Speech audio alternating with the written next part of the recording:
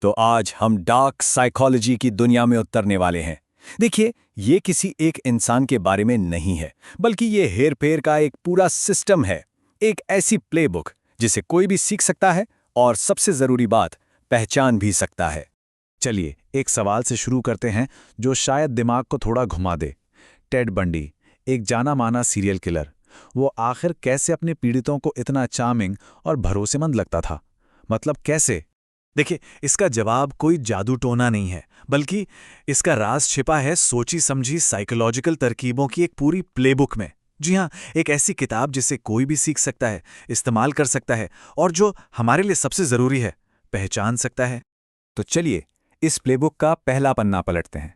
सबसे पहली चाल है किसी को ये महसूस कराना कि उन्हें आपकी कितनी जरूरत है, यानी उन पर एक तरह की निर्भरता बनाना। इसे कहते हैं नीड क्रिएशन, मतलब जरूरत पैदा करना। इसका फॉर्मूला बहुत सीधा है। पहले एक प्रॉब्लम खड़ी करो और फिर खुद को उस प्रॉब्लम के इकलौते सॉल्यूशन के तौर पर पेश कर दो। इसको ऐसे समझते हैं, टेड बंडी ने एक लड़की को टारगेट किया जिसे अंधेरे से बहुत डर लगता था। उसने क्या किया? उसके घर की बिजली काट दी और फिर उसे ठीक करने के लिए एक हीरो बन के पहुंच गया। अब दूसरा उदाहरण देखिए। जब लिस्ट्रिन पहली बार मार्केट में आया तो उसे कोई खरीद ही नहीं रहा था, तो कंपनी ने एक नई बीमारी बना दी, हेलिटोसिस, यानी सांसों की बदबू, और लिस्ट्रिन को उसका एकमात्र इलाज बताकर बेच दिया।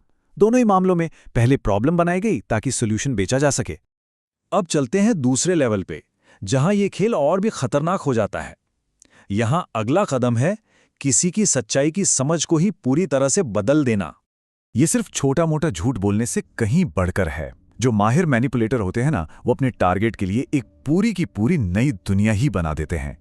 एक ऐसी दुनिया जहां उनकी कही हर बात सच लगने लगती है। बंडी अक्सर अपने दर्द भरे बचपन की कहानियां सुनाता था, जिससे लोग उससे इमोशनली कनेक्ट हो जाते थे। ये एक कला है, पता है। जैसे मान लीजिए अगर कोई मीटिंग के लिए लेट है और बस कह दे ट्रैफिक था, तो शायद कोई यकीन ना करे। लेकिन अगर वो कहे, अरे मैं उस स्कूल के पास फंस गया था जहां सुबह 9 बजे बच्चों की भीड़ होती है, पूरा जाम लगा था, तो ये झूठ ज्यादा भरोसेमंद लगता है। क्यों?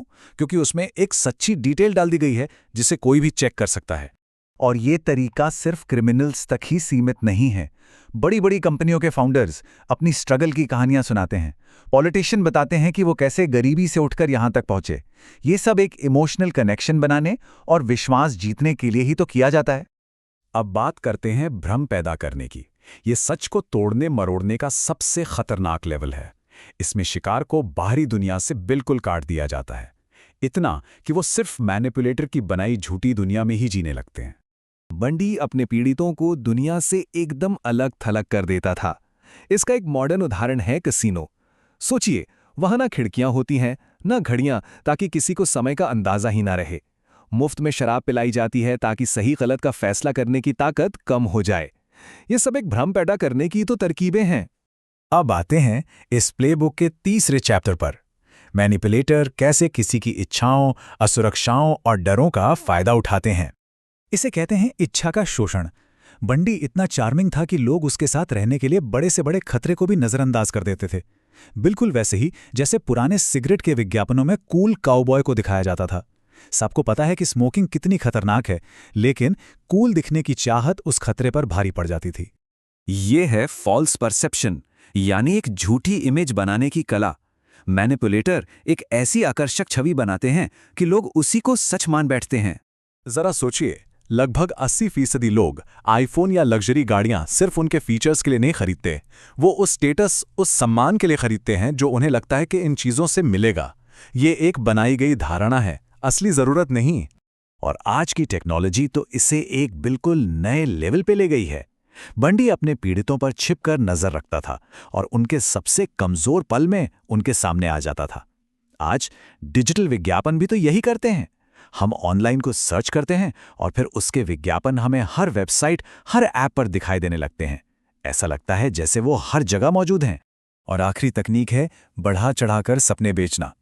बंडी खुद को बहुत अमीर दिखाता था ताकि लड़कियों को एक शानदार भविष्य का सपना बेच सके। आज कई कोचिंग संस्थान भी कुछ ऐसा ही करते हैं। वे एक टॉप कॉलेज या सरकारी नौकरी को ही जिंदगी की सबसे बड़ी कामयाबी बताकर छात्रों को उनके असली पैशन से शायद भटका देते हैं। तो अब जब हम इस खेल के कई नियम जान चुके हैं तो सवाल ये उठता है कि हम इस जानकारी का करें क्या। एक बात याद रखना बहुत जरूरी है, इस पूरी चर्चा का मकसद मैनिपुलेटर बनना नहीं है, बल्कि इतना जागरूक बनना है कि इन तरकीबों को पहचान सकें और खुद को और अपनों को बचा सकें। क्योंकि जब आप खेल के नियमों को जानते हैं तो कोई आपको सिर्फ एक मोहरा नहीं बना सकता।